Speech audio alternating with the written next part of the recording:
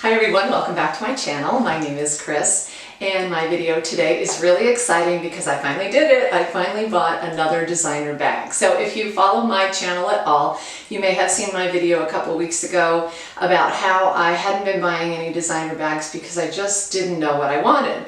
I had it narrowed down to about 4, and so I made a video and I asked everybody out there to give me some feedback on the 4 bags that I was interested in, and so many of you responded and gave me some feedback and some suggestions and things, and so I finally have made a decision. And if you see my Instagram, you have probably seen that it is a Chanel bag. So I'm super excited to reveal this to you guys today, and with that said, let's get started. Okay, so as you can see, this is a Chanel bag.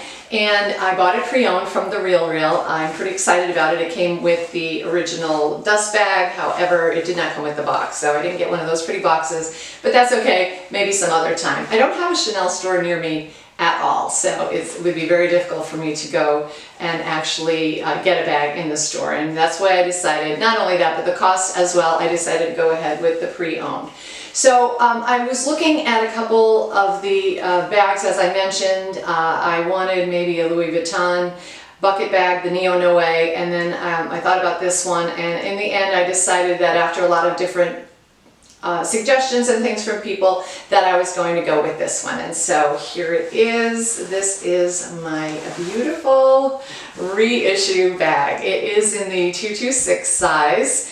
And as you can see, it is in a very unusual color. It is a metallic brown, and it has that aged leather look to it, or the distressed leather look to it. So I really fell in love with this color. I saw it on the website. I put it on my favorites list. I think I looked at it for about a month to 6 weeks every day before I decided to go ahead and buy it. I kept looking to see if it was still in stock and if I still loved it, and every day I fell more and more in love with it. So I knew that it was going to be the one for me. Okay, so why did I get the 226? Why did I get the reissue, you may be asking. I have a Chanel Jumbo, which is a little bigger than this. I think it's about 12 or 13 inches, probably 13 inches wide, and it is in black with the gold hardware. This one, on the other hand, as you can see, is smaller, so the 226 size. I know that's not the official name of it, but you know, people label these things. So this is 11 inches wide and it is 7 inches high. So it is a smaller bag, and I kind of wanted to go smaller. On the other hand, I knew that if I was going to use it for an everyday carry bag, it would have to be big enough to carry all my belongings. So this would be the absolute minimum size that I could get for a bag that I wanted to carry on a daily basis, because I know that all of the things that I require don't necessarily fit in the mini bags, and it's just the way it is. I have to have a pair of sunglasses, a pair of reading glasses, wallet, key holder, and a phone, and a couple other small items. So I decided with this one, and I figured it's going to work for me very well. So let me give you a tour of the bag. You can see that it has the ruthenium hardware. And instead of having the CC clasp right here, it just has a turn lock clasp with a very simple feature of just Chanel written on the bottom there. So this bag is very understated, which is another reason why I liked it. It has a flap right here. You open it up this way, and as you can see as well, it is a double flap. So the second flap has the smooth leather rather than the quilted. It snaps with the snap right here, and then in the very front here, you have a nice big pocket. Everything is leather lined, by the way, in these bags. So they are a little bit on the heavier side, but beautifully made. So if you want to open up to the inside, then you can see that it has a big open space here. And there are 2 pockets, one on this side, one on this side, and then the little pocket right here that is supposed to be for lipstick. And it says Chanel. It says made in, where is it made? Italy. This one's made in Italy, and it has the CCs right here. Then if you look behind that flap, there is also a pocket right there. There is this little pocket right here which has a zipper with a zipper pull, and it doesn't go down, it actually goes up. So up here is where you would stash things. The story goes that Coco Chanel rather, used to put love letters up here. I don't carry any love letters around with me. So, I don't know, maybe I would put some cash up there, or, I don't know, a movie ticket. I don't know. It's kind of inconvenient, so I don't know if I'm ever going to use that, but it's there just in case. And finally, on the back, you have the slip pocket that is very common with all of the flat bags. You can see that you just pop your hand right in there. There's no snaps or zippers or anything. And it is all leather inside there too. So this pocket is convenient if you just need to have a place to put something in a hurry, like a garage parking ticket, or maybe your movie tickets, or even your phone occasionally. Although I don't like to keep things in these back pockets for very long because I'm afraid that they're going to stretch out the leather and make it bumpy a little bit. So I'm a little bit leery about putting anything very, very thick in there. I don't typically keep my cell phone there. As a matter of fact, I have been using this bag for a few days, and I have decided that the best place for my cell phone is right back here behind the first flap, and that has worked very well. And finally, my very favorite feature, maybe, of this bag is this beautiful, beautiful chain. So let me see, I have it kind of tucked in here away. And the chain is like a piece of jewelry itself. So if you're familiar with the flat bags, you probably know that the chain is usually threaded with leather, but with the reissue bags, it is not. It's just this very intricate, heavy chain that really looks like a piece of jewelry.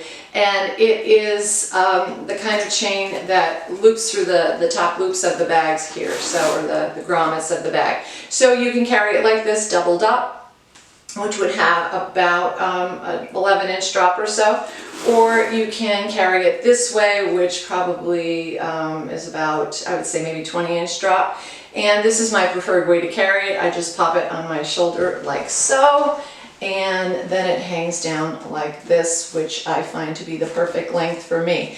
You could, if you're maybe a little bit smaller or more petite than me, wear it as a crossbody. I'm not a big crossbody fan, and so I don't typically want to wear a crossbody anyway. I found that it hit me just a little bit too high up on my waistline, so I didn't like the way it fit crossbody, which is just as well, because like I said, I don't like crossbody bags in general anyway. I just find them very annoying, so I would prefer to have it hanging on my shoulder like that. But overall, I can see that the bag is going to be very functional for me. So far, I've been really, really enjoying it. The only thing I have to complain about at this point is a couple of little things. One, that the flap pocket with the snap here can sometimes be a little tricky. It's a little tricky to find the snap. So often I don't even bother snapping it.